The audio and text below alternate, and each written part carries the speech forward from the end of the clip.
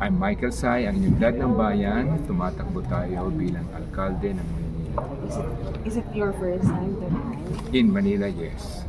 What made you decide po to run for Mayor? We have an advocacy, ang aming sinusulong, isang disiplinadong pamumuno para magkaroon ng kaayusan, kasaganaan at kapanatagan sa lipunan. Alam po natin na kahapon nakapag-file na rin po ng candidacy si Mayor Hani, and we are also anticipating si Mayor Isko. So ano pong masasabi natin na yun po yung magiging makakalaban natin? Siyempre, dihado kami. Tanggap naman namin mas bida sila at mas sikat sila sa amin. Ang sa amin naman, nilalatag lang namin ang isang alternatibong pagpipilian ng mga mamamayan para naman kung sakasakali na gusto naman nila magkaroon ng tunay na pupuntahan o progreso, baka naman mabigyan kami ng pagkakataon. Bigyan ko lang kayo ng maikling salaysayin siguro. Noong dekada 60, ang Maynila, ang lungsod ng Maynila ay hinahangaan sa buong Asia. Isa sa mga tinitingalang lungsod sa buong Asia. Pagkatapos ng 6 na dekada, ngayon ay kulelat na tayo. Isa na tayo sa pinakamababang ranggo. Ang tanong, anong nangyari? What happened? What went wrong? Hindi natin pwedeng isisi kung kanino man. Ito yung mga panuntunan at mga pamamaraan na hindi tumutugma sa dapat puntahan ng ating lungsod. Kaya tayo napag-iwanan. Yun ang aming sinusulong. Kung titingnan natin, nalagpasan na tayo ng mga malalaking syudad at lungsod sa katabi kapitbahay natin. Noong panahon sila ay parang barong-barong lamang. So ano bang nangyari? Kasi nga panay short term, panay reactive or reactive solution ang ginagawa. Patchwork band-aid solution. Kinakailangan niya kung gusto natin umunlad ng ating lungsod, dapat meron tayong long-term programs and strategies. Hindi para mahalal lamang tayo, kundi kung ano yung kabubuti para sa mga mamayan. Yan pong aming programa. Kung papalarin po tayo, ano po yung mga naisip natin long-term solution para po sa ating lungsod? Well, of course, number one, ang tanong siguro dapat natin sagutin, ano ba ang kayamanan ng bawat lungsod o bawat bayan? Ang kayamanan ng bawat lungsod at bayan ay yung mga mamamayan mismo. Kung ang mga mamamayan hindi natin tutulungan na maitaas ang kanilang kaalaman, yung sinatawag natin sa English na reskilling and upskilling, we have to do that for our countrymen. Because if they will have proper skills and we can help them get the right skills, then they can get better jobs. And if they can get better jobs, they'll be less dependent on our society and our city government. So they can be more progressive, they can take care of their families better. Ano po magiging focus ng campaign promises natin? Well, basically, meron kami tinatawag na Kasamubi, Caring city, safe city, modern city, and beautiful city. Because Manila is suffering from so many problems. One is, of course, corruption, second is crime, and third is poverty. So these are the three elements that we have to address. But basically, our main focal point would be the skilling and upskilling of our countrymen and to get them jobs. Because if they can get jobs and they can help more people and they can be productive. Pagdating po sa campaign period, anong gagamitin natin mga platforms? Kasi syempre ipapakilala natin yung sarili natin sa mga buong Manileño. Oo, meron naman kaming mga sarili namin mga platforms sa social media. Meron kaming platform na Dad ng Bayan, si Michael Say, and of course ang Kuya ng Bayan, si Solomon Say. And then meron din kaming yung aming partido, yung Ilocano Defenders Party List Group. Meron na rin kaming platform na ilang taon na rin naman namin kumbaga pinopromote. Isang question lang po, bakit po nakapag-decide tayo na tayo po yung tatakbong mayor tapos yung anak naman po yung vice mayor? Okay, kasi nga kung titingnan natin, kasi nga napakalaki ng trabahong ito, napakalaki ng hamon na to. Kung sakasakali, sabi ko, ako nang busy sa anak ko na kung pwede, tulungan mo ko. Siyempre, ang chance naman naming manalo talaga naman napakaliit. Tanggap naman namin yun. Dihado kami. Kung ihahamping sa kalaban namin, kami mga uod lamang.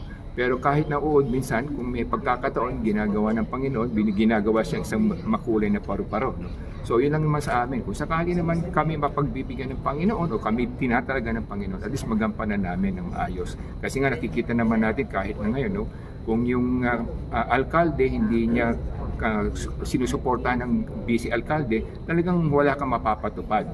Katulad ngayon, marami silang mga pinagtatalunan dyan at mukhang maraming nangyayaring hindi rin kanais-nais, pero ang aming programa ay simple lamang.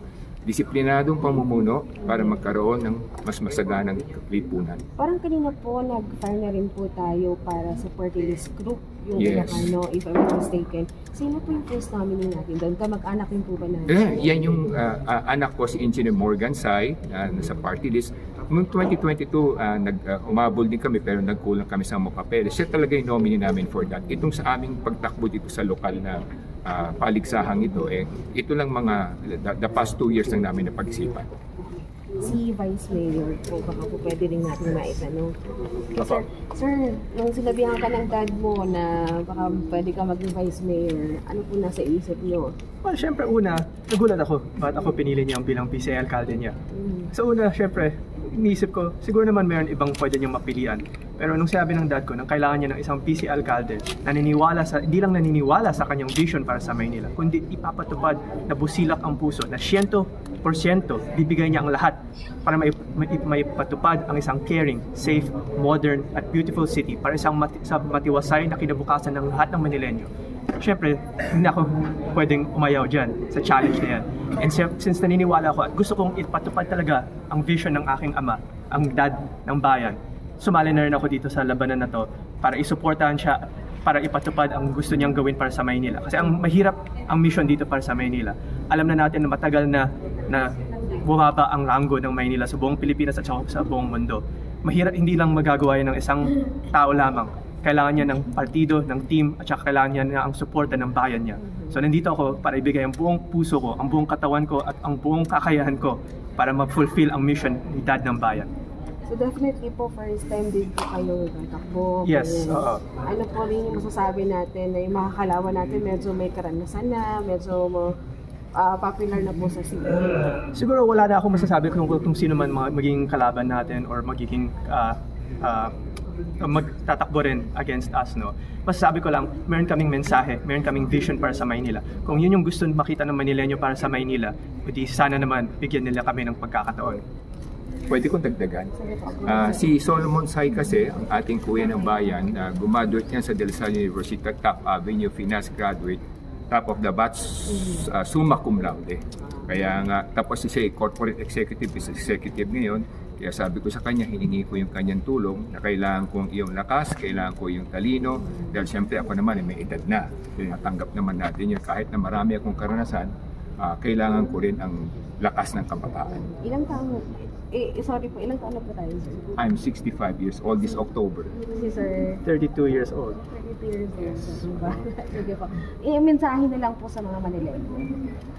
Sa ating mga kababayan na Manileño, kung naghahanap kayo ng alternatibong pagpipilian at pamumuno, naririto kami ni Kuya ng Bayan. Naghahain kami ng aming hangarin na maging kaagapay nyo sa mga pagsubok na daraanan nyo, kaakibat nyo sa pag-unlad nyo sa inyong kabuhayan, at kasangga nyo sa mga pang-aabuso at mga kikilan at kutungan sa lipunan. Yan po ang mensahe namin. Kaming dalawa po ng inyong Kuya ng Bayan ay naririto at lalatag ng aming hangarin maging alkalde at vice-alkalde ng ating lungsod. Thank you. Sir, saan kayo po kayo sa district? District 5 kami. District 5. Anong Sa Intramuros. Yes. Thank you po. Thank you.